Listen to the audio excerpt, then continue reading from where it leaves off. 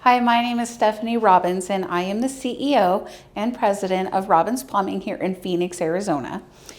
And I get asked pretty frequently if doing gas work or propane work is safe to DIY.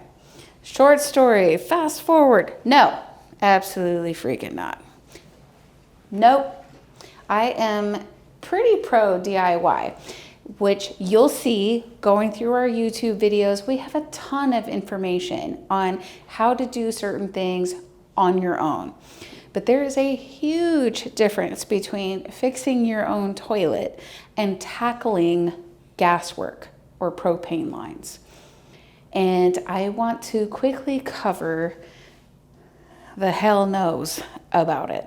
First is safety. So to be a licensed journeyman in the state of Arizona, you have to be an apprentice under a master plumber for 4 years before you can even take the exam to be a journeyman plumber.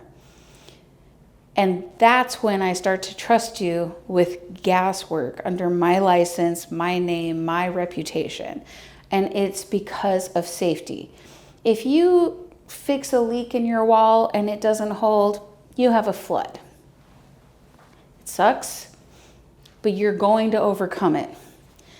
You do gas work on your own and you have a leak. You have the risk of someone dying. You have the risk of your home blowing up. I am having a hard time not saying like the obvious. Like this is no. Gas work is not meant for DIY. It is not simple. It requires a lot of experience to do it safely, to do it correctly. So that experience, like I said, it's really about a lot of hours on the job under someone who knows exactly what it takes. The ratings for that gas work, how it's supposed to connect safely.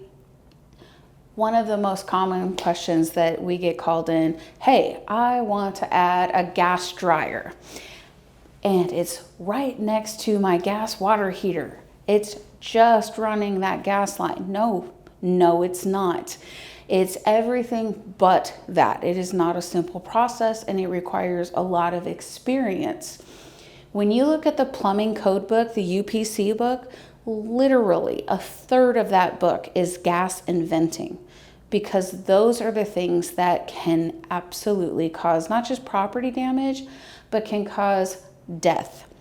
And it's a big deal. So outside of even just safety and experience, the tools required to do gas work is pretty extensive.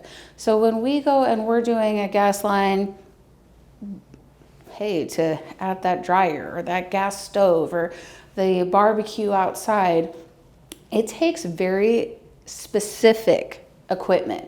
It is very often that just for a simple gas line on a property, the investment that I've made into the equipment that goes out there is easily $10,000 between threaders or whatever might be out there. So not just the experienced staff, the licensing, the bonding, but the equipment that goes out there. It's not something you just rent from the local hardware store. And you do need to know how to use it correctly. And again, that's that experience that ties into that safety. The other thing is permitting. And I know that a lot of people like to cut the corners on the permit process. This is one of those times where I am going to insist, hope, and pray that you don't. Robbins Plumbing will not run gas work without permitting. I will say that there's been like that occasion, it's a like for like, and I'm doing 12 inches of pipe. Okay, The city doesn't even want to talk to me about that. But when we're running new gas lines and we're changing the configuration of a system, absolutely, without a doubt, it is do it right or we don't do it at all, and we are getting that permit. No one wants the city involved in their project. I know. I absolutely get that. But this is something that is about the safety of your home and the safety of your family. So as much as I am pro DIY on a lot of things, this is not something that I think anyone should DIY or hire a handyman or an unlicensed company for. And in fact, a lot of licensed plumbing companies don't do gas work because it's a specialty trade and it requires a lot of tools, experience, and licensing. And no one wants to risk it.